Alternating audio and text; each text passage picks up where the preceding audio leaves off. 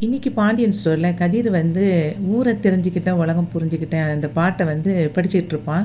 அப்போ அங்கேருந்து ராஜி வரும்போது யோசிப்பா, எதுக்கு இவன் இந்த பாட்டை படிக்கிறான்? மயிலக்கா விஷயத்த நம்ம மறைச்சத வச்சு யோசிப்பானோ அப்படின்னு சொல்லி யோசிச்சுட்டே இருக்கும்போது, ராஜி வந்ததை பார்த்துட்டு, "வா ராஜி உட்காரு" அப்படின்னு சொல்லிட்டு பெட்ல உட்கார சொல்லுவான். உடனே அதுக்கப்புறம் சொல்லுவான், "இந்த பாட்டு நல்லா இருக்குல்ல. எங்க அப்பா போட்ட பிறகு தான் இந்த பாட்டு எனக்கு ஞாபகம் வந்துச்சு. எனக்கு பிடிக்கும் அப்படிங்கிறது அதுக்கப்புறம் தான் ஞாபகம் வந்து இப்போ படிச்சுட்டு இருந்தேன். நல்லா இருக்குல்ல" அப்படின்னு சொல்லிட்டு திரும்பியும் கேட்பான். நல்லாயிருக்கு, நல்லாயிருக்கு. அப்பாடா! அப்போ இவனா தான் சும்மா படிக்காம போல அப்படின்னு சொல்லி யோசிச்சுட்டே இருக்கும்போதே, கதிர்கிட்ட ராஜி கேட்பான், "ஆமா, நீ மாமாவுக்கு பணம் எப்படி குடுக்க போற?" அப்படின்னு சொல்லி கேட்பா. "ஆமா, அதுக்கு ஏதாவது பண்ணணும், பணம் வாங்க குடுக்குறதுக்கு" அப்படின்னு சொல்லிட்டு யோசிச்சுட்டு இருக்கும்போதே, அவ சொல்லுவா, "நம்ம லோன் வேணா போடுவோமா?" அப்படின்னு சொல்லி கேட்பா. லோன் இப்ப எப்படி போட முடியும்? நம்ம வந்து ஏற்கனவே ஒரு வந்து பிசினஸ் ஸ்டார்ட் பண்ண போறோம்ன்னு சொல்லும்போது குடுப்பாங்க. இப்ப ஏற்கனவே ஆரம்பிச்சுட்டோம். எங்க அப்பாவோட கடன குடுக்கணும் தாங்கன்னு சொல்லியா கேட்க முடியும்? அப்படின்னு சொல்லிட்டு இவன் சொல்லுவான், "பேசாம உங்க அப்பா வந்து வந்தார்ல குடுக்கறதுக்கு ரூபாய, உங்க அப்பாகிட்டயே வாங்கிருவோமா?" அப்படின்னு சொல்லி கேட்பான். உடனே அதுக்கு ராஜி சொல்லுவா, சரி, சரி வாங்கிருவோம். எங்க அப்பாகிட்ட வாங்கலாம். ஆனா நீ கேட்காத. நான் போய் எங்க அப்பாகிட்ட போய் கேட்கிறேன்" அப்படின்னு சொல்லி இவ சொல்லுவா. உடனே கதிர் சொல்லுவா, "எம்மா, எம்மா நீ கேட்றாத. நான் சும்மா விளையாட்டுக்கு சொன்னேன். சரியா? நீ உடனே போய் கேட்டுறாத" அப்படின்னு சொல்லிட்டு, ஆமா உங்க அப்பா என்ன திடீர்னு வந்து பணம் வேணுமா அப்படிலாம் கேட்க ஆரம்பிச்சுட்டாரு. ரொம்ப நல்லவராயிட்டாரோ அப்படின்னு சொல்லி கேட்பான். எங்க அப்பா எப்பவுமே நல்லவர் தான். என்ன இன்னைக்கு மட்டும் என்ன நல்லவர்ன்னு சொல்லிட்டு இருக்க அப்படின்னு கேட்கும்போது, இல்ல இவ்வளோ நாள் என் மேல அவ்வளோ கடுப்புல இருந்தாரு. இருந்தாலும் உங்க அப்பா ரொம்ப நல்லவர் மாதிரி வந்து பணம்லாம் வேணுமான்னு கேட்க ஆரம்பிச்சுட்டாரு. என் மேல அக்கறை இல்ல அப்படின்னு சொல்லிட்டு இருக்கும்போது, ராஜி சொல்லுவா, நீ வந்து முன்னாடி வேற மாரி இருந்த. இப்போ என் பொண்ண கல்யாணம் கட்டியிருக்கில்ல. அதனால அவருக்கு வந்து ஒரு பாசம் அப்படின்னு சொல்லிட்டு இருக்கும்போதே, எங்க அப்பா எப்பவுமே நல்லவர் தான். இப்ப மட்டும் கிடையாது அப்படின்னு அவ சொல்லுவா. சொல்லிட்டு சொல்லுவா, இப்ப யோசிக்கிறேன் மாமாவ கம்பேர் பண்ணும்போது எங்க அப்பா கொஞ்சம் சூப்பர் தான் அப்படின்னு சொல்லி அவ சொல்லுவா. எதுக்கு அப்படி சொல்ற? அப்படின்னு சொல்லும்போது, உங்க அப்பா வந்து குடுத்த பணத்த திருப்பில கேட்குறாரு அப்படின்னு சொல்லி சொல்லுவா. அதுக்கு வந்து அவன் சொல்லுவான், அது நான் வாய வச்சுட்டு சும்மா இருந்திருக்கணும். அதனால எங்க அப்பா அப்படி சொன்னாரு. நான் வந்து வாய வச்சுட்டு சும்மா இருந்தா எங்க அப்பா கேட்டுருக்க மாட்டாங்கல்ல அப்படின்னு சொல்லிட்டு இருக்கும்போது, இருந்தாலும் பணத்த கேட்டுட்டாங்கல்ல அப்படின்னு சொல்லி சொல்லுவான். அதுக்காக எங்க அப்பா நல்லவர் இல்லைலாம் கிடையாது. எங்க அப்பாவும் நல்லவர் தான் அப்படின்னு சொல்லி சொல்லுவான் கதிரு. அதுக்கு ராஜி சொல்லுவா, இருந்தாலும் உங்க அப்பா வந்து விட்டு குடுக்க மாட்டேங்க பாத்தியா அப்படின்னு சொல்லிட்டு பேசிட்டு இருப்பாங்க. இப்ப திடீர்னு உங்க அப்பாவுக்கு என் மேல என்ன அவ்வளவு பாசம் அப்படின்னு சொல்லி அவன் கேட்பான். உடனே அதுக்கு அவ சொல்லுவா, இதுக்கு முன்னாடி கோபம் வந்துச்சுன்னா, நீ அவரோட பொண்ண வந்து தூக்கிட்டு போய் கல்யாணம் முடிச்சிட்டல்ல, அதனால அவரு வந்து கடுப்பா இருந்தாரு அப்படின்னு சொல்லும்போது, ஹலோ, ஹலோ நான் எங்கம்மா உன்னை தூக்கிட்டு போய் கல்யாணம் முடிச்சேன் அப்படின்னு சொல்லி சொல்லுவான். அதுக்கு அவங்க அப்படித்தானே ஃபீல் பண்ணிக்கிட்டு இருக்காங்க அப்படின்னு சொல்லிட்டு இருக்கும்போது கதிர் சொல்லுவான், அப்படினாலும் உன்னெல்லாம் வந்து தூக்கிட்டுலாம் போ முடியுமா? நீ இருக்கிற வெயிட்டுக்கு அப்படிங்கிற மாதிரி அவன் கிண்டடிப்பான். நான் இப்படி வெயிட்டா இருக்கேன்னு சொல்லிட்டு என்னைய சொல்றியா? நான் பாரு இனிமே வந்து உடம்பு எப்படி வெயிட்ட நான் குறைச்சு காட்டுறேன் அப்படின்னு சொல்லிட்டு இவ சொல்லுவா. சரி, சரி நீ என்னதுனாலும் குறை. இப்போ வந்து படு அப்படின்னு சொல்லிட்டு அவன் போய் படுத்துட்டு சொல்லுவான். நீ படுக்க போறியா அல்லது படிக்க போறியா அப்படின்னு கேட்பான். இல்ல, இல்ல நான் காலையிலேயே நான் படிச்சு முடிச்சுட்டேன். நான் இப்போ வந்து படுக்க தான் போறேன்னு சொல்லிட்டு அவளும் வந்து போய் படுத்துருவா.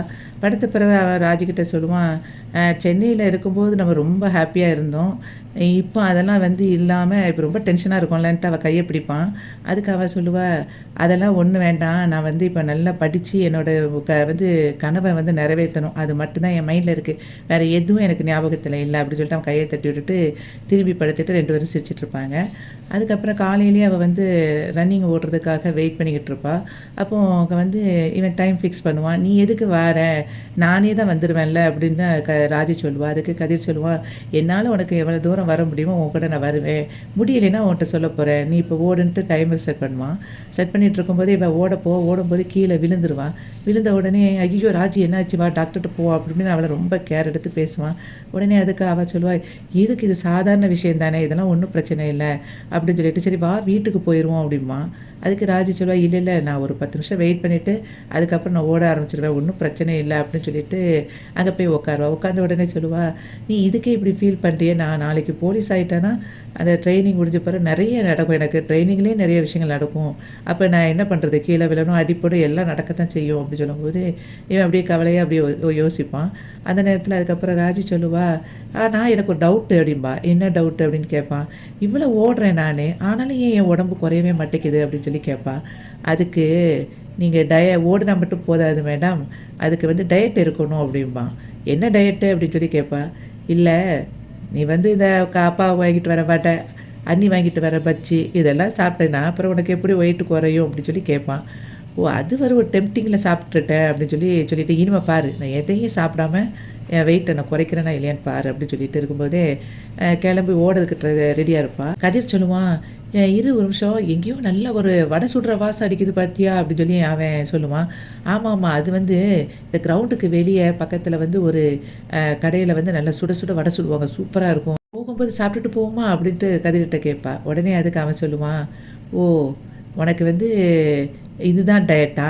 உன்னால இத கூட கண்ட்ரோல் பண்ண முடியலையா? அப்படின்னு சொன்னவுனே, சரி, சரி ஏதோ ஒரு ஆசையில கேட்டுட்டேன் வா போவோம்ன்னு சொல்லிட்டு போயிருவா.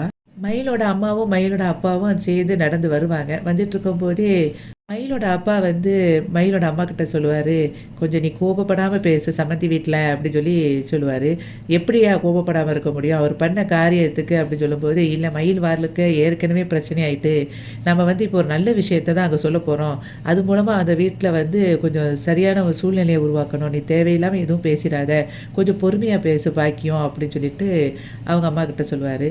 உடனே ஆமா. என்னத்த பொறுமையா பேச. நம்ம அங்க போய் பேசின பிறகு தான் தெரியும் என்ன லட்சணத்தில அங்க இருக்கு அப்படின்னு சொல்லிட்டு 2 பேரும் போவாங்க. அங்க வாசல்ல போய் நின்னுகிட்டு இருப்பாங்க. பாண்டியன் வந்து ராஜுகிட்ட பேசிக்கிட்டு இருப்பான். "என்னப்பா உன் படிப்பு எப்படிலாம் போகுது?" அப்படின்னு சொல்லி கேட்டுட்டு இருப்பான். அதுக்கு வந்து "நல்லா போகுது மாமா" அப்படின்னு சொல்லிட்டு இருப்பா. உடனே பாண்டியன் சொல்லுவான், "சரி சீக்கிரமா போலீஸ் ஆகுப்பா. நான் எல்லார்ட்டயும் சொல்லிட்டு இருக்கேன்." அப்படின்னு சொல்லும்போது, "சரி மாமா நான் அதெல்லாம் வந்துருவேன் மாமா" அப்படின்னு சொல்லி அவ பேசிட்டு இருக்கும்போதே, அங்கேருந்து கோமதி உள்ள வருவா. கோமதி கோவத்தில கத்திட்டு, "ஆமா உங்களெல்லாம் இங்க யார் வர சொன்னா? எதுக்கு இங்க வந்தீங்க?" அப்படின்னு சொல்லி கத்திட்டு இருக்கும்போதே, அவ உள்ள வந்துட்டு, "என் பொண்ண இங்க கல்யாணம் கட்டி குடுத்துருக்கேன். இப்ப நான் வராம என்ன செய்வேன்னு?" சொல்லிட்டு அவங்க 2 பேரும் உள்ள வருவாங்க. "பொண்ண கல்யாணம் கட்டி குடுத்துருக்கியா? உன் பொண்ணு என்ன இப்ப இங்கேயா இருக்கா? உன் வீட்ல தானே இருக்கா?" அப்படின்னு சொல்லிட்டு கோமதி சொல்லுவா. "அதுக்காக கேஸ் தானே நடந்துட்டு இருக்கு. அதுக்காக நான் வந்து என் பொண்ணுக்காக பேசாம இருக்க முடியுமா?" அப்படின்னு சொல்லிட்டு இருக்கும்போதே, கோமதி கிட்ட வந்து அவங்க அப்பா சொல்லுவாரு, "சம்மந்தி நாங்க வந்து சண்ட போடலாம் வரல சம்மந்தி. ஒரு விஷயத்த பத்தி பேசுறதுக்கு தான் வந்தோம்" அப்படி சொல்லும்போது, "இங்க பாருங்க சம்மந்தி கிம்மந்திலாம் என்ட்ட சொல்லிட்டு இருக்காதீங்க. யாருக்குங்க சம்மந்தி?" அப்படி சொல்லும்போதே, இவா சொல்லுவா, "இவ இப்படிதான்யா பேசுவா. அ என்ன என் பொண்ண பத்தி பேசுறதுக்கு இவங்களுக்கு என்ன ரைட்ஸ் இருக்கு? இவங்க பிள்ளை ரொம்ப யோக்கியமோ?" அப்படின்னு சொல்லிட்டு அவ அம்மா கிட்ட கேட்பா பாக்கியம். உடனே அதுக்கு வந்து கோமதி சொல்லுவா, "என் பையன பத்தி நீ எதுக்கு குறை சொல்ற? உன் பொண்ணு ரொம்ப யோக்கியமா சரியான நாடகக்காரி" அப்படின்னு சொல்லி அவங்க அம்மா திட்டுவா. கதிர் உடனே சொல்லுவான், "ஏங்க வந்து பொய் பேசிக்கிட்டு இருக்கீங்க தேவையில்லாம" அப்படி சொல்லிட்டு இருக்கும்போது, "ஆமா நீ ரொம்ப உன் கேஸே வெறும் பொய்யால தான் போய்க்கிட்டு இருக்கு. உன் கல்யாணமே ஒரு பொய் கல்யாணம் தான். உன் வீட்டு பிரச்சனை அதிலேயே பெருசா போய்க்கிட்டு இருக்கு. நீ சும்மா இரு" அப்படி சொல்லிட்டு கதிர வந்து வாய மூட வச்சுருவா. அப்போ அங்கேருந்து பாண்டியன் சொல்லுவான், "இங்க பாருங்க என் பையன பத்திலாம் வந்து பொய் சொல்லிட்டு இருக்காதீங்க தேவையில்லாம.